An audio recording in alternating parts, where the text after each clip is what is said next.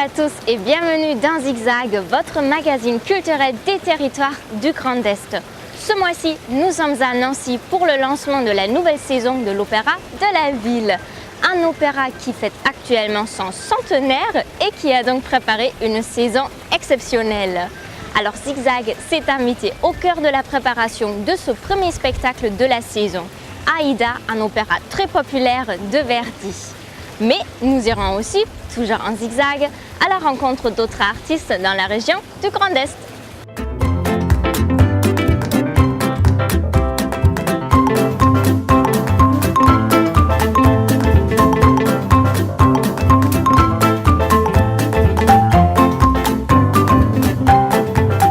Un centenaire, ça se fête! Surtout quand on est dans une ville passionnée d'opéra depuis aussi longtemps. Mais pour mieux vous en parler, nous allons rencontrer Laurent Spielmann. Il dirige l'Opéra national de Lorraine depuis 2001 et c'est même lui qui a obtenu ce précieux label en 2006. Allons-y!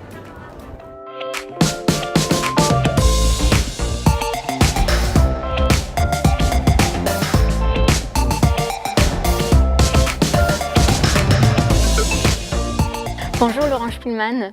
Bonjour. Est-ce que la pression monte à quelques jours du lancement de la saison?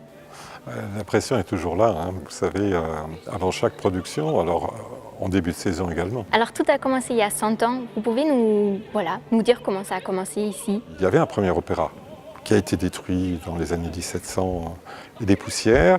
Il y a un deuxième théâtre qui était en face de l'opéra aujourd'hui, qui a brûlé en 1906, qui était l'opéra ducal. Et puis celui-là a été construit en 1919. Donc c'est l'année du centenaire et nous terminerons le 14 octobre 2019 avec la même œuvre qui avait été donnée en 1919 dans ce théâtre. Comment on prépare une saison si exceptionnelle? On le prépare très longtemps en amont, alors ce qui fait qu'aujourd'hui on est au moment du résultat. On va voir ce que donne chacune de nos productions. Vous avez programmé Aïda, pourquoi ce choix? Aïda, c'est un chef-d'œuvre parmi les chefs-d'œuvre. Ceux qui viennent à l'opéra sont des passionnés. Ceux qui n'y viennent pas le sont moins. Notre travail consiste aussi à faire en sorte que le plus grand nombre puisse avoir accès et de faire en sorte que des gens qui n'y viennent pas aient envie de venir. Alors, Aïda joue un rôle dans ces grands ouvrages, ces grands chefs-d'œuvre sont là aussi pour attirer un public qui ne viendrait pas a priori. Et puis, nous allons travailler avec tous les acteurs de la vie culturelle, avec les bibliothèques, avec la manufacture, avec Nancy Jazz Pulsation, avec les musées. On va faire une très grande exposition qui débutera au mois de novembre prochain sur 300 ans d'opéra. Aujourd'hui, nous assistons à une répétition piano de Aïda. Qu'est-ce que ça veut dire une répétition piano? C'est avant l'arrivée de l'orchestre. On travaille pendant plusieurs semaines avec un pianiste répétiteur, avec le chef d'orchestre, avec le metteur en scène, des solistes, et on apprend, non pas à chanter, les chanteurs arrivent, ils connaissent ce qu'ils ont à faire, ce qu'ils ont à chanter sur un plateau, mais on leur apprend aussi du théâtre, c'est-à-dire quels seront les mouvements qu'ils auront à effectuer sur une scène. Après, il y a l'orchestre qui arrive, on appelle ça des mises en scène piano, après on a la pré-générale, la générale, enfin. Voilà. Et j'imagine que votre emploi du temps il est très chargé, mais vous essayez d'assister à des répétitions piano? Oui, bien sûr. Alors j'y passe pas toute la journée ou toute l'après-midi, mais je viens faire des tours. Et puis j'ai dans mon bureau aussi un retour son et image de ce qui se passe sur le plateau. Donc oui, mais c'est utile. Mais je viens voir les techniciens, je viens voir les chanteurs. Mais je ne fais pas un travail de police.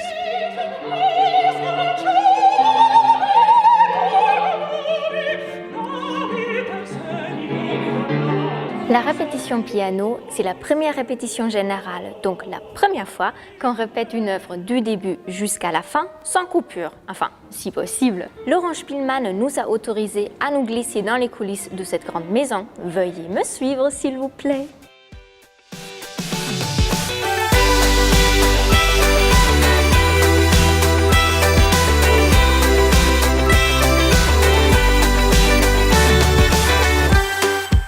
Bonjour Sandrine. Bonjour. Vous êtes couturière ici à l'Opéra national de Lorraine. Comment ça se passe? Qui choisit les costumes pour les spectacles? Alors en fait au départ il y a déjà une équipe décorateurs, éclairagistes, donc avec la direction, costumier, donc c'est toute une équipe qui déjà, metteur en scène aussi, donc c'est toute une équipe qui déjà en amont prépare tout le spectacle. Et ensuite, donc, nous, ce qu'on appelle le décorateur, il vient ici avec des maquettes, donc avec des dessins de costumes. Et il nous dit, voilà, je veux ça, ça, ça, dans telle couleur, dans telle matière. Après, avec la responsable de service, ils discutent du temps qu'il faudra, voilà, de toute la préparation. Et après, tout est préparé aux mesures de la personne. Donc que ce soit soliste, que ce soit chœur, que ce soit figurant, enfant, enfin toutes les personnes qu'on voit sur scène sont préparées sur mesure. On assiste à la générale. Donc on voit notre travail, une fois terminé, complet. Et qu'est-ce que ça vous fait de voir votre travail sur scène? C'est assez gratifiant, je dois dire. C'est vrai que c'est quand même le résultat de beaucoup d'heures de travail. Donc voilà, parfois on se dit, ah bah oui, là je me suis embêtée à faire ça et ça se voit pas.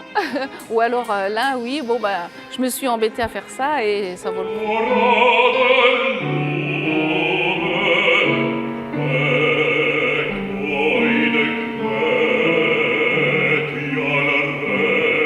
Bonjour Jean Tietjen. Bonjour. Après cette répétition piano, elle s'est passée comment, d'après un œil professionnel? C'est passé pas mal, il y a eu des petits problèmes comme d'habitude. C'est à ça que c'est un peu le premier filage qu'on fait de l'œuvre. Donc le but c'est pas de chanter à pleine voix, c'est de régler techniquement les entrées, les problèmes de costume, de maquillage, d'éclairage, voilà. Et comment on se prépare à son rôle? Déjà, on fait la traduction du texte pour savoir mot à mot ce qu'on dit. Et après, c'est du travail à la table, en fait, ce qu'on appelle à la table, avec la partition devant nous, puis travailler comme ça avec un piano et apprendre le rôle, être rigoureux, ne pas faire une noire quand il faut faire une croche. Donc on arrive en sachant notre partition par cœur aux premières répétitions. Et qu'est-ce qui se passe dans votre tête quand vous êtes sur scène? En fait, on pense à tout en même temps, mais séquentiellement, c'est-à-dire de ne pas louper son entrée, comme je l'ai fait tout à l'heure d'ailleurs. Mais ça, c'est une générale, ça sert à ça. Et quand vous êtes sur scène, vous pensez aussi, moi je pense beaucoup au texte, mais aussi à la ligne vocale. Toujours garder un legato très élégant. Enfin, j'essaye parce que le style veut ça, le style italien veut ça. Donc il faut rester dans le style et en même temps être très dans le texte. La voix est évidemment au cœur des opéras. D'ailleurs, Aïda de Verdi propose un des chœurs les plus célèbres du répertoire. Moi, je vous propose de partir à Troyes, où la voix est également mise à l'honneur chaque année pour l'ouverture des Nuits de Champagne. Un reportage de Canal 32.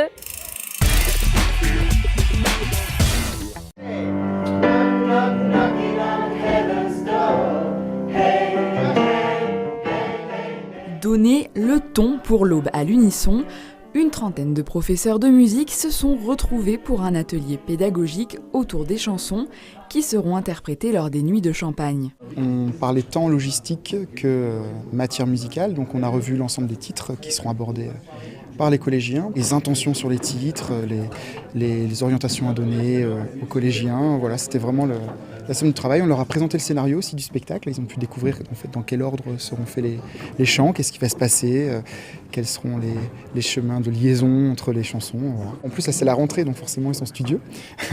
non, mais oui, je pense qu'eux ont autant envie que les collégiens de vivre ce moment-là. Et je pense que c'est une vraie belle aventure aussi. Ça permet de vivre des expériences avec leur cœur aussi en interne. Ça soude énormément aussi, je pense. C'était la seconde et dernière répétition pour eux. Au programme, les chansons de Francis Cabrel, des Québécois Fred Pellerin et Gilles Vigneault, mais aussi de Bob Dylan. On a révisé les chansons, on les a bien travaillées pour pouvoir les enseigner du mieux qu'on peut face à nos élèves. Ça nous permet de mieux voir ce qui est attendu, le résultat final, les attentions qu'on doit y mettre, pas seulement les notes, ça nous les travailler, mais aussi les attentions qu'on doit essayer de transmettre aux élèves pour que quand ils sont sur scène, le chef de chœur Fabrice ait moins de travail à faire. Beaucoup de travail, mais aussi beaucoup d'émotions pour ces enseignants jusqu'à la représentation finale.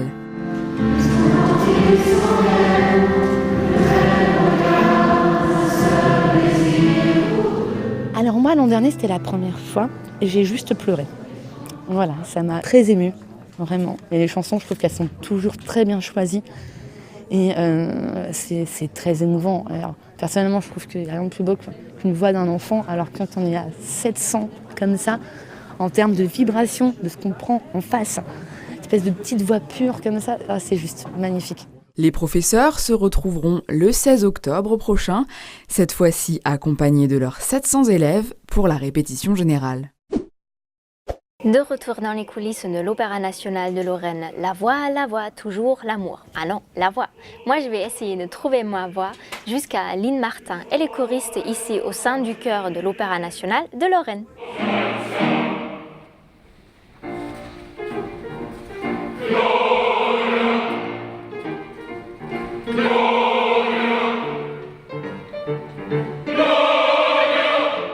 Bonjour Aline Martin. Bonjour. Aujourd'hui, c'est la répétition piano. Il fallait combien de répétitions avant pour arriver jusqu'ici? Alors en tout, on a à peu près 1 mois de travail, de répétition. Par contre, pour nous les chanteurs, on a travaillé déjà la saison dernière parce qu'on savait qu'à la rentrée septembre, on avait très peu de temps pour mettre tout cela en place. Et on a enchaîné tout de suite avec les répétitions scéniques. Et ensuite, donc la générale piano qu'on fait aujourd'hui, c'est la dernière répétition avec le piano. Ensuite, on va passer aux scènes orchestre, à l'italienne aussi, voilà, pour que tous les solistes s'habituent à l'orchestre. Et la générale piano, c'est la première fois où on est tous en costume. On est vraiment comme au spectacle. Qu'est-ce que vous préférez, chanter en soliste ou en chorale? Pour tout à fait être honnête, en soliste, bien évidemment, parce qu'on est devant et voilà. Le chœur, c'est autre chose. Après, on fait de la musique, on fait du spectacle vivant, donc ça reste bien sûr génial, mais quand on est soliste, c'est autre chose. On a aussi plus de pression, plus de stress. Vous pouvez nous dire ce que vous jouez, quel rôle vous jouez dans Aïda? Alors, au tout début de l'opéra, on est prêtresse, des prêtresses, et ensuite, là, mon costume, je suis esclave. Et c'est vous qui choisissez votre rôle? Ah, pas du tout, non, c'est ce qui est écrit sur la partition. Donc notamment, là, on est 7 esclaves dans le 2e acte, là, ce que vous venez de voir. Et là, c'est écrit pour les altos, les altis. Et Aïda, c'est un opéra difficile pour le chœur?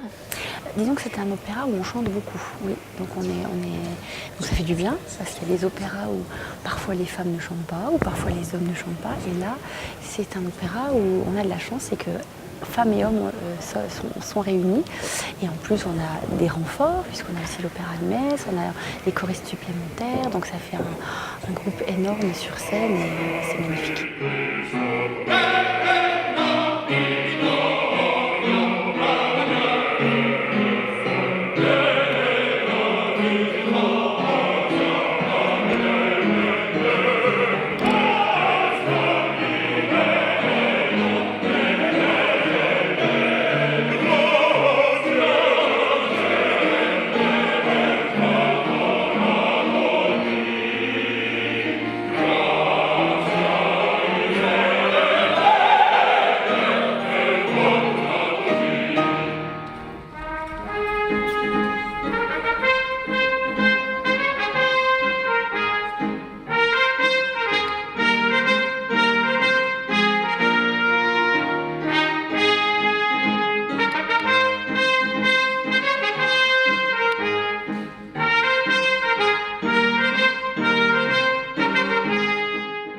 Loin de la fureur d'Aïda, nous partons pour Épinal pour une nouvelle création sur le mur de la ville.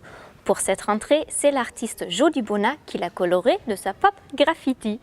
Un reportage de Vosges Télévision.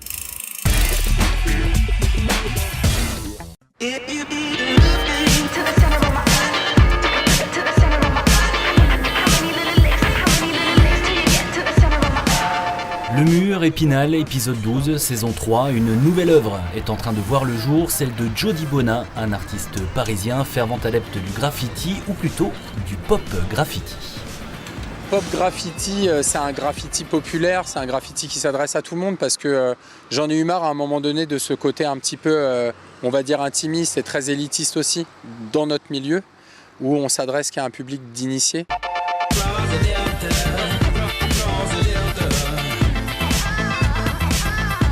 Le côté pop, je l'ai voulu vraiment colorer, avec aussi des références au passé, donc il y a plein de choses qui me touchent dans le passé, et puis notamment le pop art, donc avec tous les grands représentants comme Andy Warhol, Roy Lichtenstein, etc.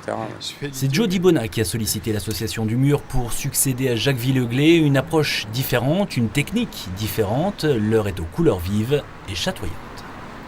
Il faut choisir à chaque fois un artiste différent qui nous présente des œuvres différentes, sinon ce serait monotone. Là, on va avoir un mur quand même très coloré, très pétillant pour aborder l'automne, avec beaucoup de couleurs. Je pense que ça va plaire aux Spinaliens et ça va faire du bien.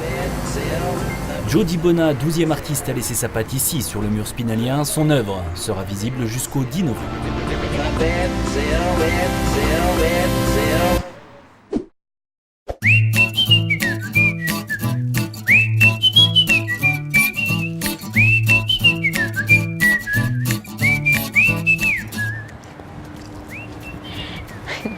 Pour les 100 ans de l'Opéra, les autres institutions culturelles de la ville sont mobilisées et associées. Nous sommes à la Manufacture, le Centre dramatique national de la ville, et vous trouvez dans la programmation une création d'opéra qui sera jouée à l'Opéra national de Lorraine. La boucle se boucle. Et moi, je suis extrêmement nulle en jonglage.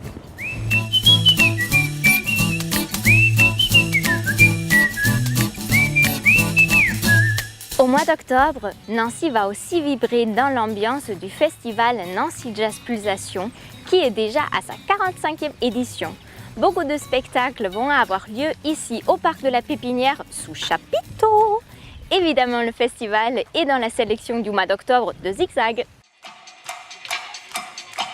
La sélection Zigzag, c'est subjectif et trop court. Vous connaissez la formule, alors ne perdons pas de temps. Ce mois d'octobre, impossible d'oublier donc le Nancy Jazz Pulsation. Du 10 au 20, le festival va occuper toutes les salles de la ville, y compris l'opéra où se produira Avishai Cohen.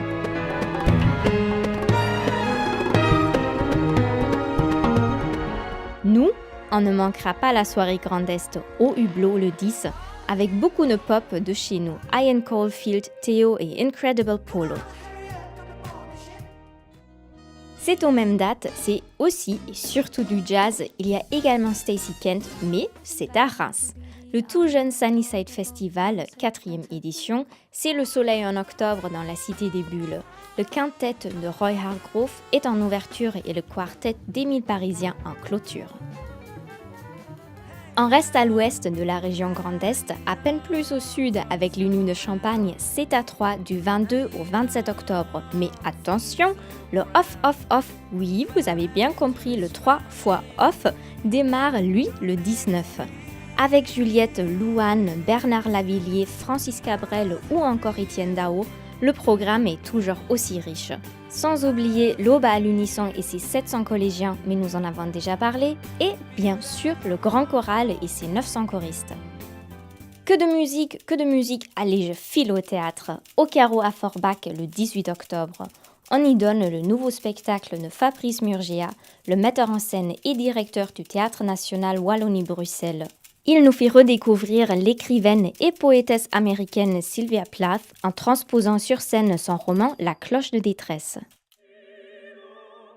Notre petite escapade hors frontières nous emmène ce mois-ci au Luxembourg. C'est de la musique, et quelle musique! Le Requiem de Mozart, revisité par 14 musiciens de plusieurs continents, sous la direction de Fabrizio Casol et mis en scène par Alain Platel. Mozart comme vous l'avez jamais entendu.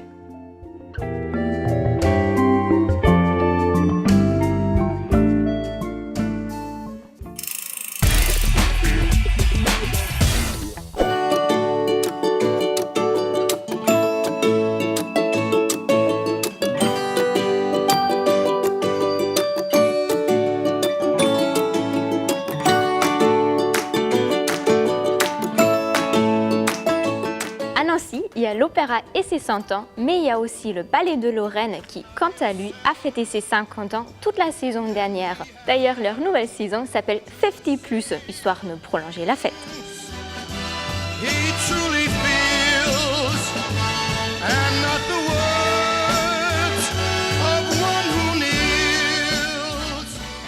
Partons maintenant pour Metz où une autre grande institution musicale de la région, l'Orchestre national de Lorraine, est en train de tourner une page de son histoire avec l'arrivée de son nouveau chef d'orchestre. Un reportage de Mirabel TV.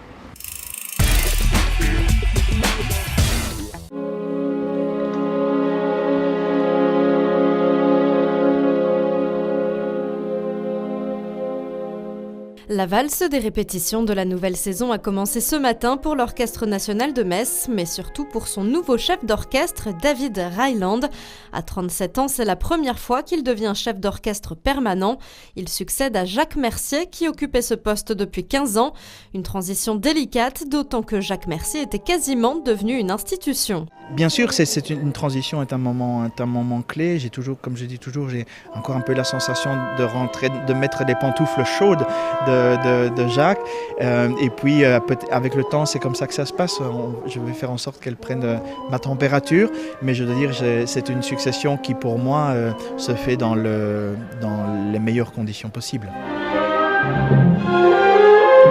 Pour cette saison 2018-2019, David Ryland compte bien composer un répertoire à son image, un défi qui lui a demandé beaucoup de préparation depuis sa nomination, un travail qui va se poursuivre avec de nouveaux challenges en perspective. Beaucoup de nouvelles idées en tête qui germent déjà depuis plusieurs mois, qu'on tente de mettre en application, et puis tant de partitions à faire découvrir, tant à l'orchestre qu'à son public, et notamment le répertoire classique fin 18e, Mozart, Haydn, Beethoven, et puis la musique d'aujourd'hui. Et c'est une des particularités de mes sensibilités que j'espère pouvoir apporter au répertoire de l'orchestre.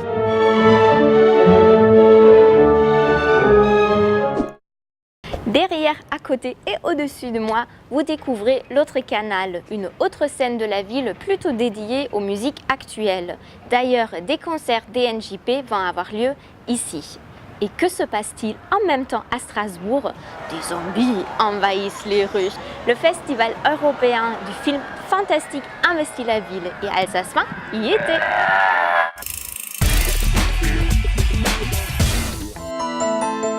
Des chandeliers, des bancs qui craquent, le silence et l'obscurité.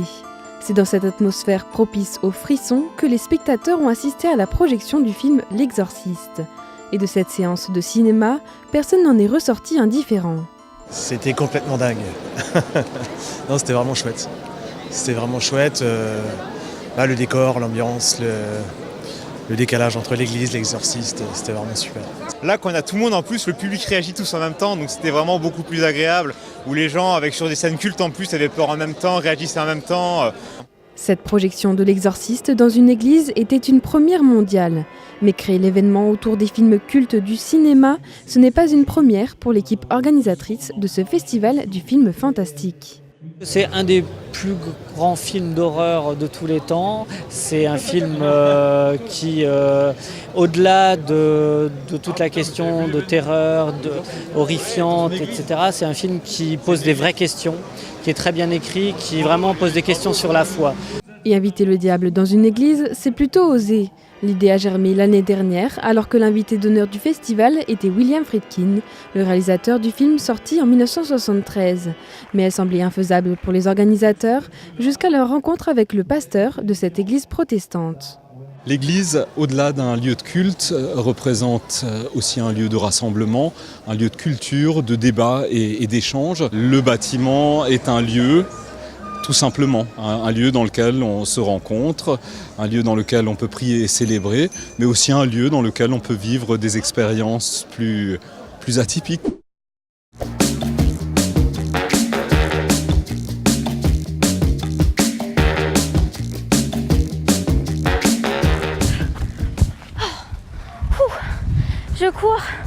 Je cours, mais franchement, au fond, si je restais à Nancy, je pourrais attendre le début du festival les Nancy Jazz Pulsations et faire le plein de spectacles et partir juste tout de suite après. Qu'est-ce que vous en dites?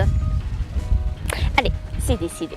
Je reste ici et on se donne rendez-vous le mois suivant. On sera à Troyes pour les nuits de champagne et en attendant que le spectacle vivant soit avec vous. Rideau.